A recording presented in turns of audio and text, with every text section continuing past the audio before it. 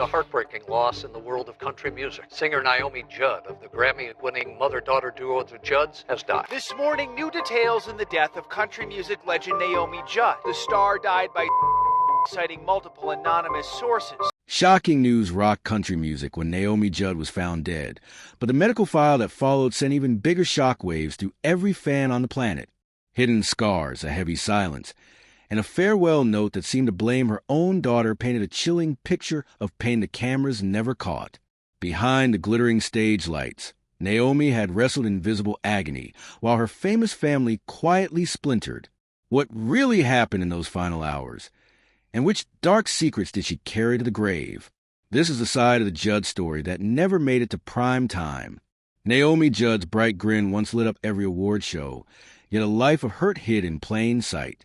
Her sudden death stunned millions, but the medical findings that came next left even insiders speechless. The report did more than confirm fear. It exposed twists no one predicted. How did a beloved legend end up alone, marked by scars, and clutching a note aimed at her daughter? Why was a star adored by crowds haunted by shadows too deep to share? To grasp the weight of that report, we must meet the Judd family first. Naomi was not only famous, she led what many call the first family of modern country sound. The moment she sang with her daughter Winona, something electric happened and music history changed overnight. Their blended voices, Naomi's warm tone with Winona's raw power, became a timeless force, and they chose the simple name the Judds. In a flash, they were unstoppable, releasing anthems like Mama, He's Crazy, Why Not Me, and Grandpa, Tell 'Em About the Good Old Days, that fans still belt out today. During the 80s and 90s, they pumped heart back into a genre that was shifting toward pop flair. Millions of records, 5 Grammy wins, and a stack of number one hits turned the duo into icons. To supporters, they were more than entertainers. They symbolized toughness, mother and daughter shoulder to shoulder against fame's storm.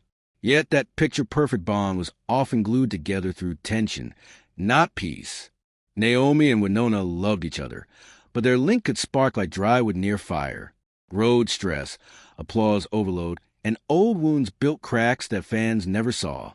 Later, both women admitted to blow-ups, tears, and long silences that stretched for months. Naomi's younger child, Ashley Judd, faced her own tough memories. Ashley later told the world that their house felt chaotic and that she was often left alone while still a kid. These were not rumors.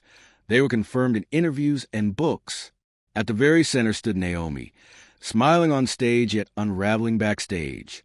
Through the years, she faced crushing depression, anxiety, and later bipolar disorder, and she spoke openly about it, hoping to help others. Talking did not erase the ache, though. Naomi's mind stayed fragile, while the spotlight kept burning. In 1991, doctors found hepatitis C, likely from her nursing days, and warned she had only a short time left. She quit touring, entered treatment, and beat the odds, then used her voice to campaign for mental health while writing books and attending events. Even while cheering up strangers, she could not fully calm her own racing thoughts. In 2022, Naomi shocked fans by announcing a final tour with Winona, a grand goodbye meant to celebrate their music. For admirers, it felt like a party. For Naomi, it may have felt like a crushing weight. Friends later remember her looking drained, edgy, and deeply tired in the weeks before the first show. But nothing prepared them for what came next. One day before the Judds were set to enter the Country Music Hall of Fame, Naomi Judd was found lifeless in her home, and the truth that surfaced later was heartbreaking. The autopsy confirmed self-harm, yet the details paint a far darker scene than anyone expected. The state of her body, the mix of substances in her blood, and a handwritten note told a tangled story of despair. The shock grew even heavier when the file described the exact wound track through Naomi's brain and the many older surgery marks on her body. It read like a silent confession rather than a medical chart. There was also the note reportedly addressed to Winona, pointing a trembling finger in the final moments. Why would someone hours away from the highest honor of her career decide life was unbearable? Official papers from Nashville say Naomi's family found her on April 30th, 2022 at about 10:57 in the morning. Paramedics rushed her to Williamson Medical Center, where she was confirmed dead at 12:35 that afternoon. The very next day, she and Winona were to stand on the Hall of Fame stage together.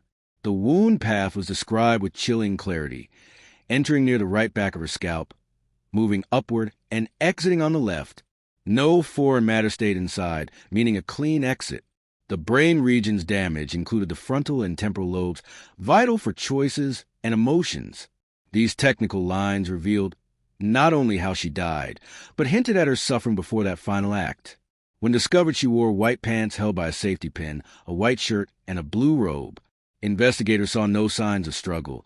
Her hands were not bagged or evidence because no foul play was suspected. A blue sheet and pillow traveled with her to the hospital, showing those final minutes took place alone in her own room. Some of the most gripping notes, however, were not about cause. They were about the hidden battles written on her body, old surgical scars that whispered of past pain. Her long journey from small-town nurse to stadium headliner proved that grit can rewrite destiny, yet fame often demands a brutal fee. During endless nights on a tour bus, Naomi juggled motherhood and stardom, reading bedtime stories to a phone line before stepping on stage for roaring crowds. Those crowds saw a sparkling outfit and a winning grin. They never heard the panic attacks that sometimes struck minutes before showtime. When Nona once admitted that she and her mother could belt out harmonies on stage, then ride for hours in silence afterward, each trapped in separate worlds. Ashley described family dinners that could swing from laughter to tears faster than a fiddle solo, leaving deep marks on everyone present. Media loved their success story, but producers often edited out hints of stress, choosing instead to show matching outfits and bright lights. Behind closed doors, Naomi kept a detailed journal about her moods, her medication, and her fears, each page carrying the weight of someone desperate for relief. When hepatitis C hit, the diagnosis felt like a countdown, but beating it gave her new faith until her mental storms came back even harder. The planned farewell tour added deadlines, rehearsals, travel schedules, and interviews, all piling pressure onto someone already struggling to stay balanced. In the days leading up to her death, Naomi reportedly rearranged furniture at odd hours, paced the hallway, and talked about a future book project as if racing a clock. When she was found, the blue robe hinted that she may have just risen, or perhaps had been up through the night battling restless thoughts. The autopsy listed medications for depression, anxiety, and insomnia along with substances often given for chronic pain, illustrating how many fronts her war was fought on. Forensic photos that will never be shown to the public reportedly display healed incision lines from earlier treatments, scars that map out years of physical struggle. Experts say the frontal lobe damage described in the report would have been instantly devastating, ensuring there was no chance for rescue once the act began. In the same house, family keepsakes sat on shelves, gold records hung on walls, and induction dresses waited in closets, a tragic contrast to the scene in the bedroom. When Nona later said she was in a fog as she accepted the Hall of Fame honor, clutching Ashley's hand and reading a shaky statement about carrying on the music. Fans and artists flooded social channels with grief, but many had no idea about the darker details now public to the medical file. Those details rebuild Naomi's final chapter in stark color, forcing the public to rethink the smile they thought they knew. While debates over privacy versus public right to know still rage, this much is certain. The Judd legacy is no simple fairy tale. It is a ballad of triumph, heartbreak, and an urgent lesson about mental health. The very first line of Naomi Judd's medical file hits like a lightning bolt. Investigators found a long scar that raced from just above her right ear, over crown, and down to the left temple, a telltale sign of a facelift carried out years earlier. Tinier cuts encircled her eyes, proof of eyelid work that promised a brighter gaze on stage. Permanent ink shaped her brows, lips, and even her hairline, a trick many stars use to hide thinning spots or to keep wigs looking thick and natural. Examiners also confirmed breast implants, a hip-to-hip tummy tuck line, and straight slashes on both knees that hinted at past tweaks or repairs. Even her nails told a story. French-tipped acrylics on her fingers, soft pink polish on her toes, each detail shouting performer pride even as she neared 80. Yet the medicine list on the next page screamed trouble louder than any scar. Lab tests showed a heavy mix of mind-altering prescriptions. Venlafaxine, trazodone, primidone, memantine, and MCPP, all swirling through her blood at once. These were no party pills. They battled depression, bipolar swings, sleepless nights, seizures, and fading memory, each one strong enough to rattle a person on its own. Venlafaxine fights mood storms but can spark jittery thoughts. Trazodone soothes worry yet sometimes knocks a patient into deep fog. Primidone calms violent brain waves or wild emotional swings, hinting at hidden seizures or racing highs and lows. Memantine usually guards people from the confusion of dementia, raising the fearful question of early memory loss in Naomi's final years. Then came MCPP, a strange byproduct that surges serotonin, sometimes twisting feelings and vision into a carnival ride. Experts warn that mixing these drugs can trigger dizziness, blurred thought, and crushing sadness, effects that may have piled on top of Naomi's already fragile state. Friends notice a shift, saying she grew jumpy, drained, and quick to tears in the weeks before she died. The farewell tour was only days old, spotlights warming up, yet each step back toward the stage may have felt like walking a tightrope with no net. Worse still, officers discovered a handwritten note near her body, its private words aimed at Winona, according to multiple reports, a revelation that hit fans like a punch to the chest. The tight bond that once fueled their duets now seemed tangled in heartbreak, raising questions no one can fully answer. Past the cold facts and Latin medical terms lies one simple truth. Naomi Judd hurt in every way a person can hurt. She had fought bipolar lows for decades, endured hepatitis C, and battled chronic lung swelling that made every sustained note a test of will. Crowds cheered, cameras flashed, but pressure kept stacking until the weight became impossible to carry. The timing still chills insiders. Why fold hours before Hall of Fame induction? Why now with victory lap already booked? Reports and scans cannot solve that riddle. Yet they show how fame's bright glare can blur joy and despair until one looks like the other. I miss her, but we just don't talk. Those words from Winona slice to the public myth of an unbreakable duo. Naomi dazzled crowds with warmth and open talk about mental health, but home life lacked that same glow. The mother-daughter team toured the world, then drifted apart long before the final curtain, leaving raw space that neither seemed able to cross. Winona later spoke of survivor's guilt, a heavy ache that strikes when one person keeps living while another is lost, especially after rocky years. She carries a double load of grieving a mom and shouldering a career that now marches on without its co-founder. Their last months held no explosive fight, only widening silence that felt impossible to breach. Winona describes grief as a slow, strange fog, not one single tearful event, and admits she sometimes imagines Naomi backstage somewhere asking for stage cues. She believes her mother craved the crowd more than she ever did, feeding on applause the way others need air, a need that may have turned fatal when mixed with loneliness.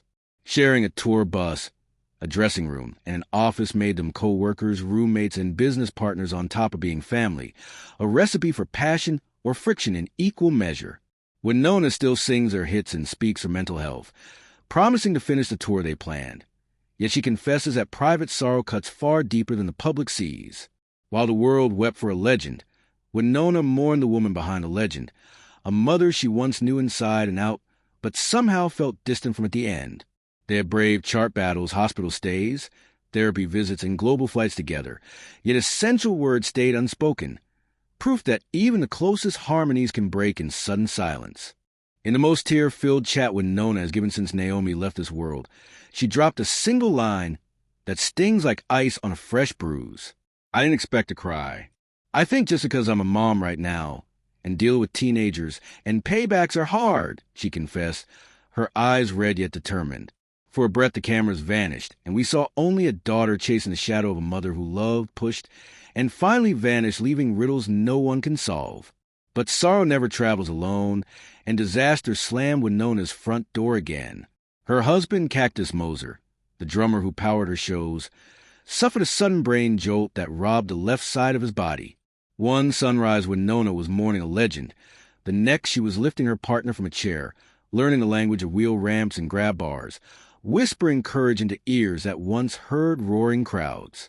She first shared only that he had lost the use of his left side, a phrase fans could scarcely believe because they had watched him spin sticks like lightning on stage. Overnight, the man who shook stadium walls needed help just across a hallway, turning the Judd house into a mini rehab ward filled with rails and strange machines. The emotional shock cut deeper than any remodel, and Winona revealed one raw scene that broke even the toughest viewer. She stood in the shower with Cactus, bracing his weight so he would not collapse, whispering, "We're supposed to be doing this at 80, not now," while water mixed with tears. That cry summed up everything. They had lost time itself, trading tour buses for hospital charts in a single heartbeat. Most couples brace for caretaking in the distant twilight of marriage, yet Winona and Cactus were still meant to be on the road, swapping backstage jokes, riding high on applause. Instead, she began reading medical manuals, juggling therapy schedules, and rebuilding a marriage that no longer matched the glossy pictures in her head. She never claimed bravery, only necessity, repeating her old farm wisdom: "You hoe the garden or you don't eat," learned when she and Naomi fought poverty with bare hands. Publicly, Winona kept singing, wrapping up the farewell shows, flashing smiles that told the world she was fine, while privately she counted pills, checked blood pressure, and begged for one peaceful night. Despite cruel odds, Cactus refused the label of fragile and stunned doctors by hitting the ski slopes months later, gliding on one working leg, with wild joy that stole breath from every onlooker. He doesn't say can't, he just goes. Winona laughed through fresh tears, inspired by the stubborn spark that mirrors her own unbreakable spirit. They remained perfectly matched. Two souls toughened by fame's glare, seasoned by loss, still charging forward with hearts that refuse to surrender. Even so, a gulf yawns between what fans see and what truly happens when the house lights fade. Viewers cheer Winona's bold stage presence, but never witness the midnight exhaustion of hauling her husband from bed, or the quiet panic of balancing laundry lists with therapy notes. The spotlight hides heavy weight, leaving Winona to juggle grief and fatigue while pretending strength for a public hungry for the next hit song. Still she moves because life never stalls for sorrow, and every dawn demands new courage no matter how drained she feels. So where is she now? Not in a fairy tale, not in a glittering comeback, but in a humble home where love means steady hands in a slippery shower and intimacy sounds like whisper counts during exercise. "It's not the life I thought I'd have, it's the life I have," she declares, turning a shattered dream into a vow to show up every single day. That resolve makes this chapter more powerful than any platinum record, because true devotion shines brightest off camera. Yet one silence echoes louder than any applause: the quiet gap between Winona and her sister Ashley. Fans assume Naomi's death would pull the sisters close. Yet reality chills. They barely exchange words while living on the same Tennessee land. Winona admits the only things they share are a missing father and a broken mother, a line that lands like a hammer on fragile glass. How did the split start? Winona was 18 when she hit the highway with Naomi, leaving 14-year-old Ashley to face a house Naomi once called chaotic. Fame swallowed Winona while Ashley stayed behind in emotional storm clouds, and a pattern set in: one sister forever on tour, the other forever alone. Even before that tour bus rolled, Winona had slipped into an uneasy role, half sibling, half caretaker, forced to parent Ashley when Naomi's mind spiraled and cash ran thin. Ashley called her sister Mommy, which burned Winona's heart because she wanted a sister bond, not a reluctant substitute mom. Those blurred borders birthed resentment that never quite healed, and time only deepened the cracks. Now, as adults, they live within shouting distance, yet remain worlds apart. Winona juggles teens' therapy bills and a disabled spouse, while Ashley, unmarried and child-free, jets across continents for activism and film sets. If she's texting me from Scotland, that's just our life. We don't see each other. Winona sighs, resignation drowning any hint of anger. Old family secrets made the split harsher. At 30, Winona learned the man she thought was her dad was not, a truth Naomi hid for decades. Ashley had known her own paternity story far earlier, leaving one sister shocked, the other simply aware, breeding another layer of imbalance. Their responses to Naomi's passing showed the divide. Ashley delivered polished statements about advocacy, while Winona choked on memories, tears blurring sentences. No single fight explains this wall. It is built from decades of unmet needs and mismatched realities, each brick stamped with Naomi's struggles. Winona sums it up with brutal honesty. "We are broken and blessed, but mostly broken," and that confession mirrors countless families who carry love and pain in the same trembling hands. When outsiders hear that two famous sisters barely speak, they expect jealousy, yet the Judd story feels more like exhaustion. Both women drained by trauma under relentless public eyes. There is no active war. Also no clear bridge back, leaving silence to fill the space where laughter once lived. Winona still wakes, nurses her husband, guides her teens, walks on stage, and belts songs that make strangers cheer while her own heart navigates fault lines no spotlight can fix. Life pushes forward, and so does she, proving that real endurance is not about applause. It is about steady steps in the dark. Winona often compares her days to an endless sound check, adjusting levels, so the song can play without feedback while never quite hitting perfect balance. She rises before dawn, checks on Cactus, stretches his weak arm, then slips into the kitchen where teenage voices battle alarms while her phone buzzes with fresh requests from reporters chasing one more quote about Naomi. On the tour bus, she keeps a stack of medical forms beside her lyric notebook, proof that melodies and medicine now share equal space in her handbag. She jokes she can recite prescription side effects faster than her greatest hit set list. But behind that joke sits constant vigilance because a missed dose could send Cactus back to the ward. During sound check, he sometimes sits nearby, watching the crew take cables as if nothing changed. And Winona feels gratitude mixed with sorrow because she remembers nights he raced across the riser pounding toms like thunder. After each show, fans hand her letters about their own losses, and Winona reads them while the highway hum replaces applause, drawing comfort from knowing she is not alone in this new reality. Holidays hurt the most, when the big farmhouse once rang with Naomi's hymns and pie cooled on the porch. Last Thanksgiving, Winona set 2 fewer places, one for her mother and one for Ashley, who spent the week volunteering overseas. She admits she stared at her phone, weighing another invite, then folded the device shut because she was too tired to risk another unanswered message.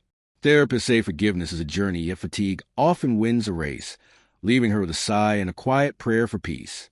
Ashley sees suffering in refugee camps and says she holds no bitterness toward Winona, only profound difference in how each chooses to live. Friends close to both sisters insist love is buried, not gone, comparing their bond to a river under frozen ground, waiting for the right season to break through ice. Meanwhile, Winona channels frustration into songwriting, penning lines about shattered clocks and stubborn light that sneaks through cracked walls. Cactus taps one-handed rhythms on a practice pad, proving art can adapt when the body will not, and together they weave new sounds that honor limitation rather than deny it. Winona shrugs her predictions, saying success is a quiet night when everyone sleeps peacefully and her heart finally slows below ballad tempo. She knows more trials will come, yet she faces them like every encore, one breath, one note, one brave step forward.